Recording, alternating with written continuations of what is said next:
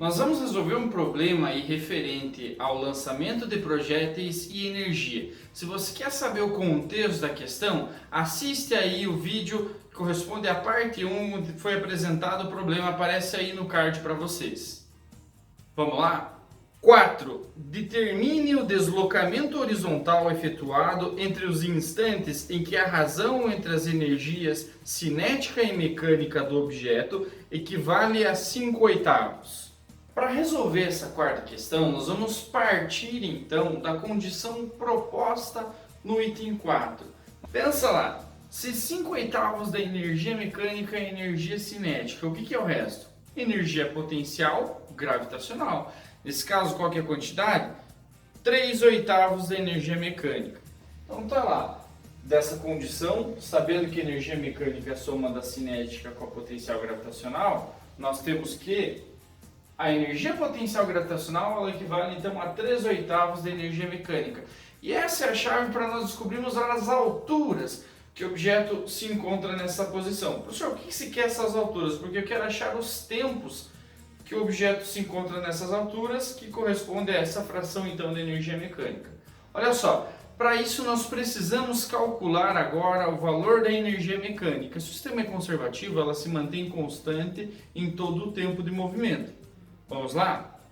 Eu poderia ter escolhido vários pontos para calcular a energia mecânica, mas eu preferi escolher aquele ponto mais alto da trajetória. Lembra lá? Aquele ponto corresponde à energia cinética mínima, já informada no enunciado, de 160 joules. Olha só, nós sabemos aqui que a velocidade daquele ponto mais alto é 40 metros por segundo, equivale a Vx. Nós sabemos que a altura máxima calculada então no item 2, ela equivale a 80 metros. E nós temos aí a massa m igual a 0,2 kg.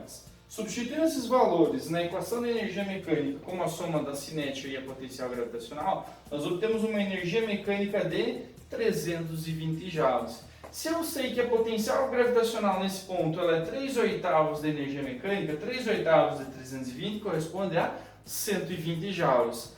Lembra lá então, quer dizer, nós estamos procurando qual que foi o deslocamento entre essas duas posições ao longo da trajetória desse objeto, ao ponto em que as alturas do projétil corresponderam a uma energia potencial gravitacional de 120 joules.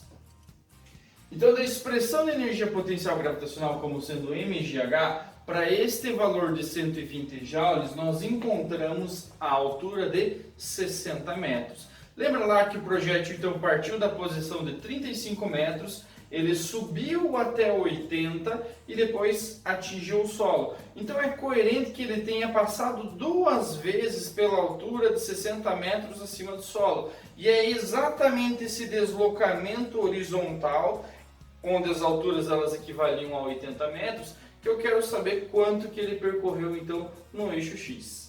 Uma vez que nós já determinamos que nós queremos saber o deslocamento horizontal entre os pontos os quais o objeto tinha a altura de 60 metros, nós podemos usar agora a equação horária das posições para encontrarmos os tempos, ou melhor, o intervalo de tempo que se passou desde a primeira até a segunda vez que o objeto atingiu a posição de 60 metros. Vamos lá?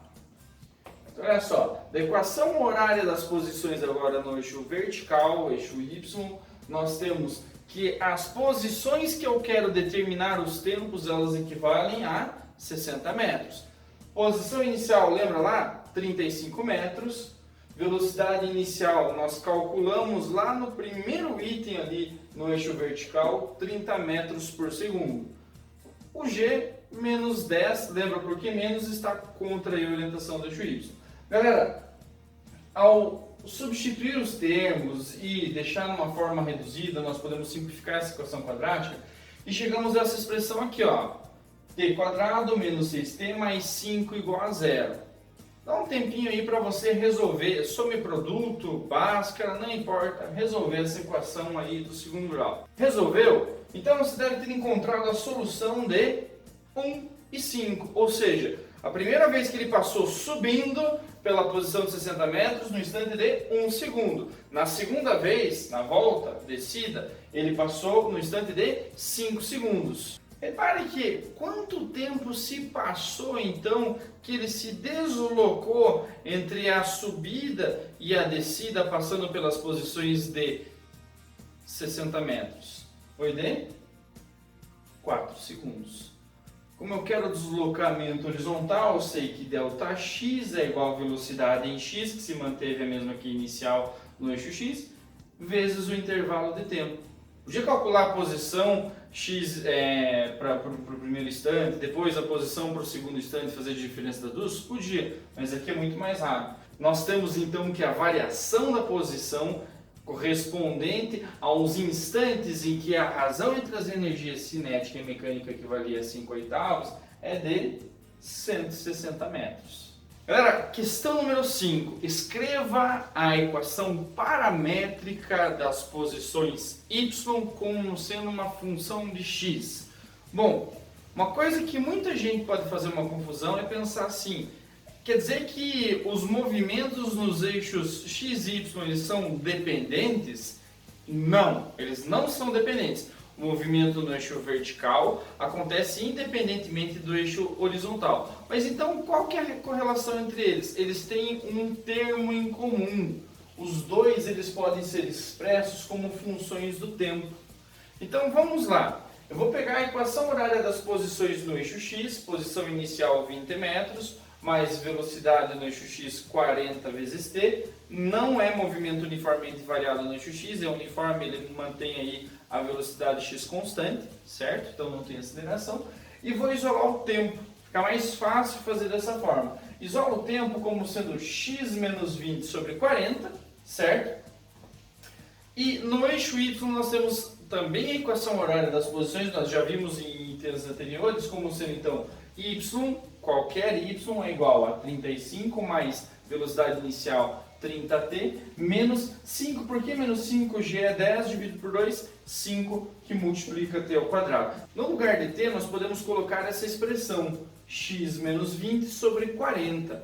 Ao substituirmos os tempos nessa equação, nós obtemos então a equação paramétrica y como uma função de x, nesse caso uma parábola com concavidade voltada para baixo, o que já era de se esperar para o lançamento de projéteis. Então, qual que é a expressão que nós obtemos? 75 quartos mais 7 oitavos de x menos 1/320 que multiplica o termo quadrático.